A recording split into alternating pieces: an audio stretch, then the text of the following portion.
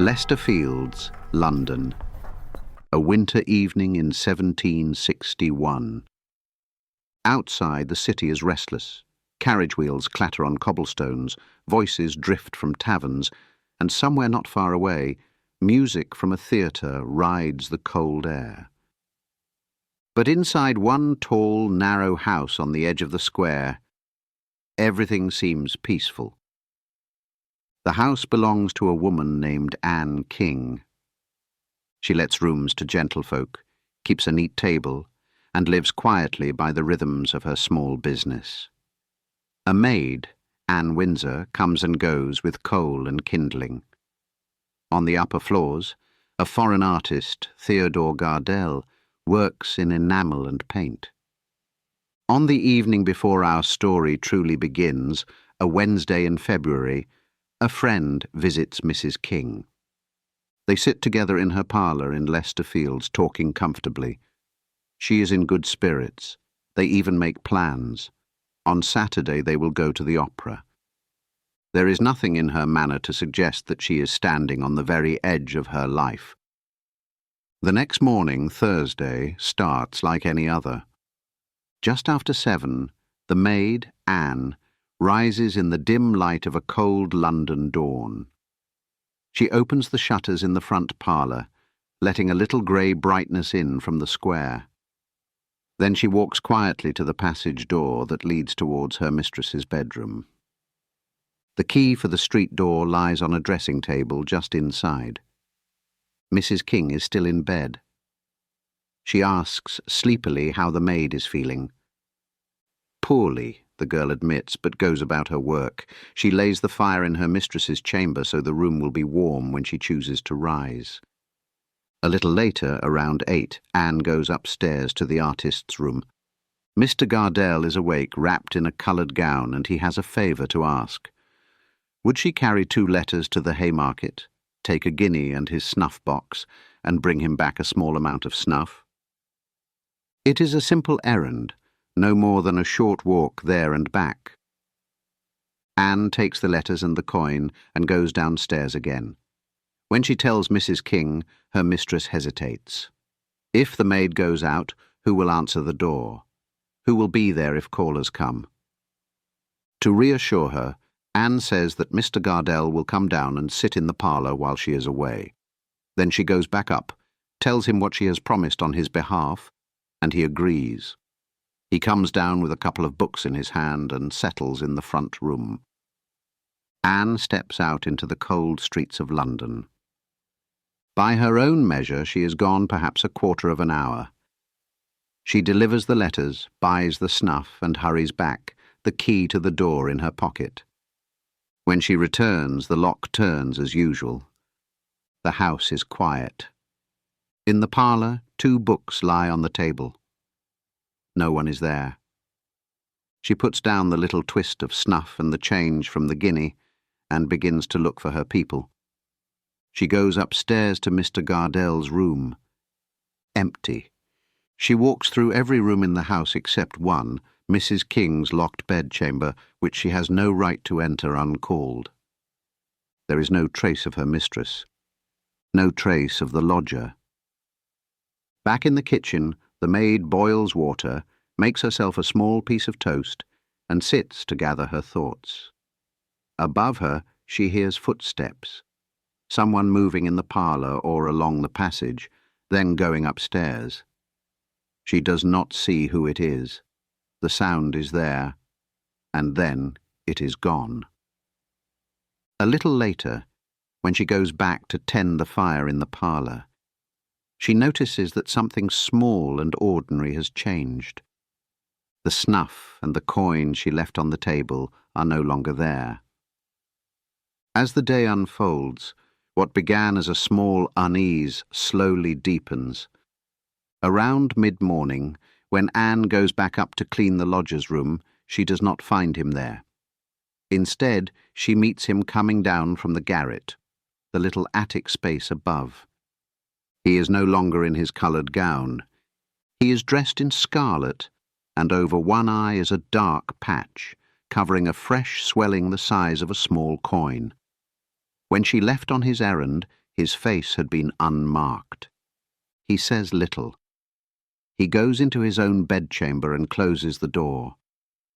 Through the rest of the day he is up and down the stairs, sometimes above, sometimes below, sending letters, writing notes. But of Mrs. King, the mistress of the house, there is no sign at all. By afternoon the maid learns, through a letter and a gentleman in another street, that she is to be dismissed. According to the message, Mrs. King has gone out and left orders that the girl be paid off, because a new servant will be engaged. Anne is shocked. She has seen no such departure. She knows her mistress has not taken breakfast, nor dinner, nor left the house in her sight. But when she returns, Mr. Gardelle gives her 6 shillings and tells her she may go. In the brief time she remains, she still does not see Mrs. King. She begins to wonder if some private shame, some quarrel or impropriety lies behind it all, something her mistress cannot face her about. She leaves the house in Leicester Fields with her box and her wages, full of questions and no answers. Over the next few days the house changes hands in a quiet, almost ghostly way. To those who call, Theodore Gardelle explains that Mrs. King has gone away. Sometimes, he says, to Bath, sometimes to Bristol. Mr. Wright's servant, who sleeps in the garret, asks where his landlady is. The answer is always the same in spirit, though never in detail. She has been, she has gone again. He will hear from her soon. A new woman, Sarah Walker, is brought to the house. She is told that the mistress is away and there is no servant. The lodger asks if she will stay for a time, keep things in order, mend his shirts. She agrees, and for several nights she sleeps in his room 2 floors above the street, while a daily charwoman comes and goes below. All the while, a faint but growing smell hangs about the place. When the garret servant remarks on it, Gardelle shrugs it off as bones thrown on the fire. Down in the wash-house, the charwoman reaches into a great water tub and feels something soft beneath the surface. Blankets, sheets, a curtain, heavy with water and something else she cannot quite name. She and the servant lift them out by candlelight one evening, examine them, and put them back again, troubled by the sight and the smell of them. By then, no one has seen Anne King for days. The house carries on, lit by candles, warmed by fires, ruled by a quiet foreign artist who says the lady of the house has simply gone away. In time, their worry reaches a man outside the household, an apothecary who knows Mrs. King and is fond of calling in on her. When he visits, Theodore Gardelle tells him the familiar tale about Bath, but his hands tremble as he speaks. The little puzzle of the missing landlady, the strange smells, the soaked bed linen in the tub, and the quiet control of the lodger becomes too much to ignore.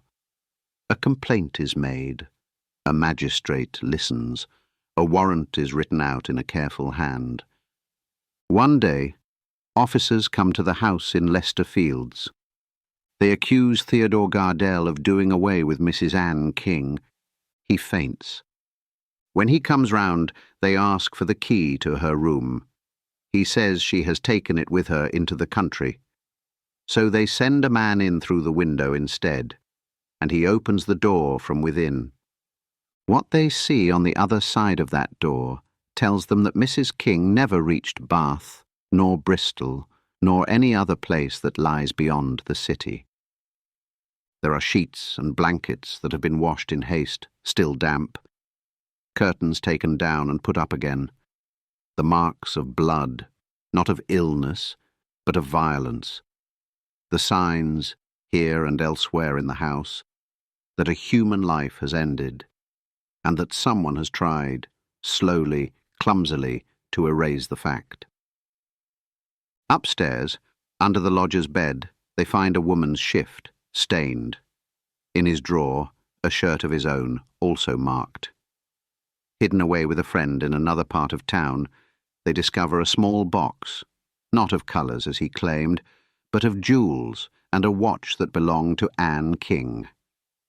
And in other dark corners of the house, in the privy, in the small spaces under the roof, among ashes in the grate, they find the quiet, dreadful evidence that the mistress of this lodging-house will never again attend the opera or open her parlour shutters in the morning light. When he is brought to trial, Theodore Gardelle does not pretend that Anne King is alive. He tells a story instead, of a quarrel, a push, a fall, a blow to the head. He says he panicked, that he feared being blamed, that in that fear he did every cruel and foolish thing that followed, the lies, the concealment, the cutting up and scattering of what was left of her. He calls it an accident wrapped in madness. The court listens to the maid who left the house with her wages and her doubts, to the footman who smelled the stench and saw the linen in the tub, to the women who came after and the apothecary who watched the lodger's hands shake as he spoke of Bath and Bristol, to the men who climbed into the hidden spaces of the house and brought down, piece by piece, what remained of Mrs. King. In the end, the jury are not persuaded by his tale of mischance. They find him guilty of wilful murder. Sentence follows as surely as night follows day in that cold London winter. He is to be hanged, and afterwards his body is to be given over to the surgeons, to be opened and examined, even in death, denied a quiet rest. In April of that year, a crowd gathers in the Haymarket to watch the foreign artist meet his fate. Later, his remains are hung in chains on Hounslow Heath, exposed to wind and weather, a dark shape against the sky on the road out of London. And so the quiet house in Leicester Fields, with its parlour and its staircases and its little wash-house at the back, passes back into the city's endless life. The shutters are opened by other hands, the rooms are cleaned and let and lived in again. But for those who know the story, there is always a shadow on that threshold and a faint echo of footsteps in the passage. The sound, perhaps, of someone who went upstairs one winter morning and never quite came back down, and of the footsteps that followed all the way to the gallows.